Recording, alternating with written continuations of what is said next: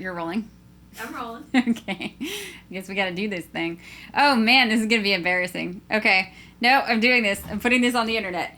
Every barrier I've ever had around exercise, ever.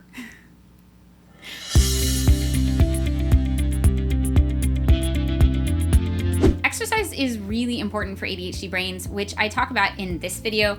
It's also really difficult for ADHD brains to exercise regularly. I kind of want to normalize that and talk about some of the barriers that I personally have faced, some of the most ridiculous things that have gotten in the way of me working out, and some common barriers for people with ADHD, things that we might not even think about, but are actually getting in our way. One of the ways I'm currently reducing barriers to working out is with CoPilot, which is designed to make personal training more accessible. It's currently available on iOS and is going to be available on Android soon as well. CoPilot pairs you with a coach that creates workouts tailored to you based on the equipment you have available. I met with mine on a video call, we talked about my goals, and she suggested a workout plan to help me meet them.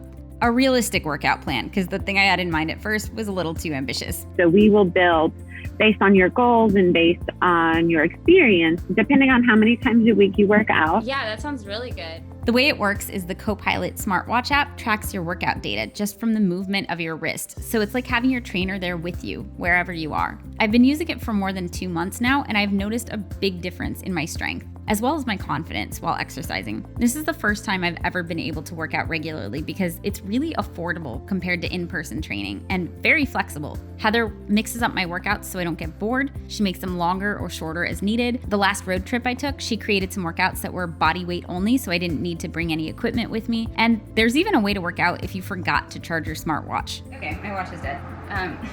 The app has been updated so that you don't have to use your watch in case your watch dies. They got rid of that barrier. After each workout, I can submit the data for my trainer to analyze and help me adjust my workouts as needed, and any comments I might have about how it went or what I'd like to change up. CoPilot offers unlimited personalized workouts, nutritional guidance, and constant contact to keep you on track while being 100% remote. Say you're doing a bicep curl, right? So you're coming up, lowering down, coming up, lowering down. My coach is helping me build confidence in my ability to work out, which I talk about a bit more later in this video.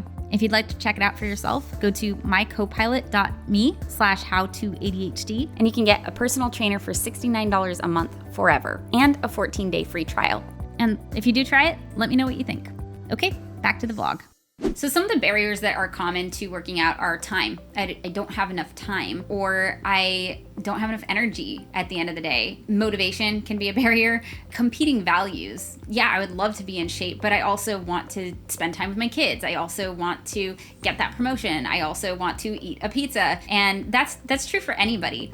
But for those with the ADHD, there are some that are a little bit more specific to us that we tend to face that maybe other people won't, or there are things that we tend to face more often. And those would be things like sensory barriers. So something might affect us just a little bit more where if the weights hurt our hands, we might be a little more sensitive to that, or the clothes fit too tight. I have restless leg syndrome. I also have sensory sensitivities, and so if I put on my workout clothes and they fit too tight, I am not going to want to put those on, and I might not even realize that that's what's getting in my way, but it legitimately is. There's also time. Anyone can not have time to work out, but those with ADHD often have to work longer hours to accomplish the same things, and so maybe it starts in high school where it takes longer to do our homework, and so we don't have as much time afterward to go out and play. I know that I was struggling in high school, and so one of the things that I had to do was give up soccer and not play anymore because I wasn't getting my work done for school. I gave up exercise to spend more time doing the things that I knew I needed to do because it took me longer to finish my homework because I would get distracted. Just the mental effort of battling our own brains every day, trying to focus and trying to remember what we put where and what we did with what, it's exhausting. And then the impulsivity of like, I said yes to something that I completely forgot I was going to work out. So they work together, right? So I'm exhausted. I impulsively said yes to a social invite and I forgot that today was the day I was going to work out. So all of our ADHD symptoms kind of work together to make it really difficult for us to work out. This has been such a struggle for me that I've actually spent a lot of money, even when I couldn't afford to, on expensive classes or a personal trainer. And the problem with that was it wasn't sustainable, because then I would run out of money and I would stop working out because I didn't have that same level of support. I'd get discouraged because it felt like I kept having to start over. And that's true for all of these things, right? Like if things get in my way and I don't work out and I don't realize like it's been a couple of weeks, I would feel like I was finally making progress, but then it wouldn't be sustainable. Those with ADHD also have to deal with emotional dysregulation and getting frustrated easily and impatient, realizing that like we've been working out for like a week or two and we're not in shape still. Even trouble with delayed gratification. We have shorter time horizons. There's just so many reasons why sticking to a regular workout program can be extra hard for those with ADHD. One of the things that I've learned to do is to get rid of as many barriers as I can, because there are just so many. So for a while I was using like one of those thin yoga mats as like an exercise thing. I got a thick one because it feels better to me just from a sensory perspective. I got weights that are colorful and pretty that I like looking at. Another thing I've found personally helpful is having accountability. If nobody's going to know if I work out, I'm probably not going to work out. There are a lot of mornings when I've done yoga, which is just me laying on a yoga mat and stretching essentially. And not that that's bad, but if I intended to work out and there's no accountability, there's no support, it's a lot harder to get up the motivation, especially when I'm exhausted, which is a lot of the time.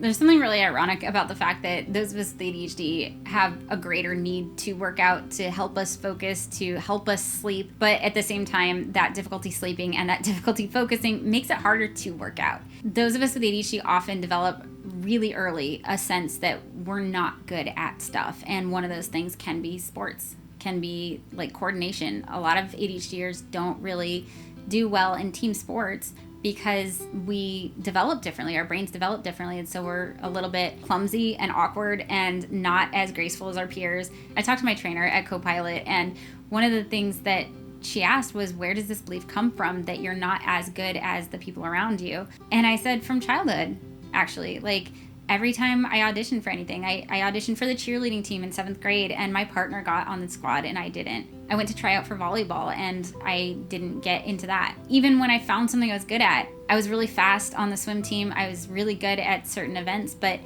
doing the butterfly, I was so uncoordinated. I kept getting us disqualified. I came up to the coach with tears in my eyes and begged her to stop putting me on these events because I was letting down the team. And so I just developed this belief about myself because I wasn't coordinated and because I wasn't good at sports, that like there was just something really sad about the fact that I was born with a brain that tells me to move.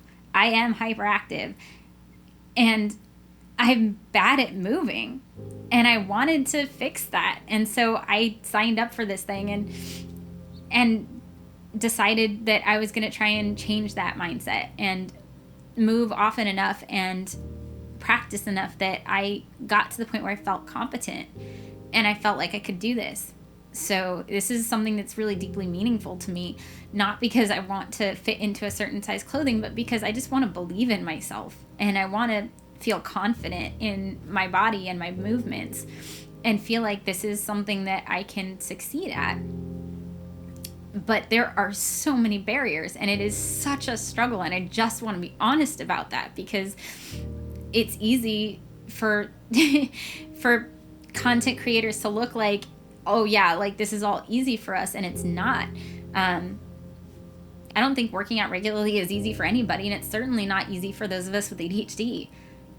And for us to even have a little bit of success at it, we need a lot of support. We need somebody to help us. We need accountability. We need novelty. We need to like honestly have enough resources that we can get rid of a lot of the barriers. I just want to completely dispense with the shame around it because it is hard.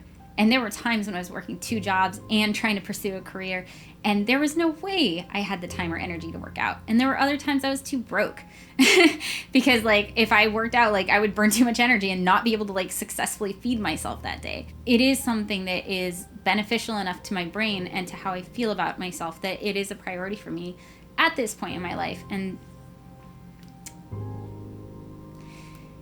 yeah. I don't even know what else to say. There's also the additional barrier of feeling the pressure for your body to be a certain way, and if your body isn't that way, you're not valid as a human. I am working really hard to get rid of that for myself personally, and I hope that I'm not creating it for anybody else. I was put under a tremendous amount of pressure when I was an actress in Hollywood to be a certain size, to be a certain body type. I worked really hard to get to the point where I would be able to focus on what my body could do and how my body served me and how I felt in my body as opposed to what my body was for others. My body is for me and your body is for you. And I think that's really important to remember. Now when I work out for me. I work out for my own personal well-being, for my own sense of self-confidence, for my own feeling good from a sensory perspective when I put my clothes on. But that took time. And we live in a society where there's a lot of messaging that your body is for others. One of the things that the trainer told me in my first workout was to focus just on the muscle that I was working, which helped a lot because I didn't have to worry about the coordination of my entire body, which is often what I'm trying to consider when I'm working out. It was just like, okay, I just have to worry about this one muscle and this specific action that's one muscle is doing. But what I want you to do is pick up a new thought, okay? So in the past, I have felt uncoordinated, but today I'm moving on. Today, I'm taking a new step. You try to do that for me as we start to move through? Yeah. I think that's good. I want to be able to do this without you. I want to feel like I'm good at this. I feel like I've put so much time and energy into trying to learn how to do this and I still don't feel good at it. And I want to feel good at it. And we'll get you there. You will. But honestly, doing this program has helped me build up my confidence because I started out really clumsy and scattered and not knowing where all my equipment was and what I was supposed to be doing. But slowly over time, I was able to be consistent enough with it, work with the same trainer long enough that I started to understand what I was supposed to be doing with my body during the exercises. And I started to feel more confident and competent over time. And that's not something that I've really experienced before. And it was really cool, actually, because it helped me challenge that belief and let go of that belief that I was just always going to be clumsy and I'm never going to be really that good at this. I'm never really going to know what I'm doing. I'm starting to feel more confident in how I use my body and how I'm able to move my body. And I think that's the big thing. It's not about how I look, it's about how I feel while I'm working out. My trainer also helped me set expectations that were more reasonable. Because I was like, oh, I could probably squeeze it in like every day, like Monday through Friday, like I have half an hour. And she was like, well, I think it's still important that if that's something you like, you can still do that. And then just maybe 2 days a week, you do this workout. And I was like, okay. And I was like, well, I could also do weekends. She's like, how about we make that like a bonus, like if you feel like it, but to start with 2 days a week. And I'm really glad that I started out with something that was more manageable because I think a lot of the times we go into some sort of workout program going like, okay, I'm going to work out and I'm going to diet and I'm going to go to the gym like 5 times a week. And it's so unreasonable and so unrealistic to go from 0 to 60 like that we immediately fail and then we feel like failures and then it confirms that belief that like we can't do this when really maybe we've just set the bar too high. It's okay to set the bar here because then you can maybe reach it and then you can, from that bar you can reach this bar and from that bar you can reach this bar. So I'm trying to be more realistic this time. I think it helps. Whether you try out CoPilot or get a friend to go work out with you or whatever it is that you decide to do, I hope that you set the bar somewhere where you can reach. It is so common to face barriers when it comes to trying to work out, especially if you have ADHD. Practice some self-forgiveness around that and some self-acceptance and like seriously get some support. As much as I want my story to be, I accomplished this by myself, I think it's enough just to say, I accomplished this.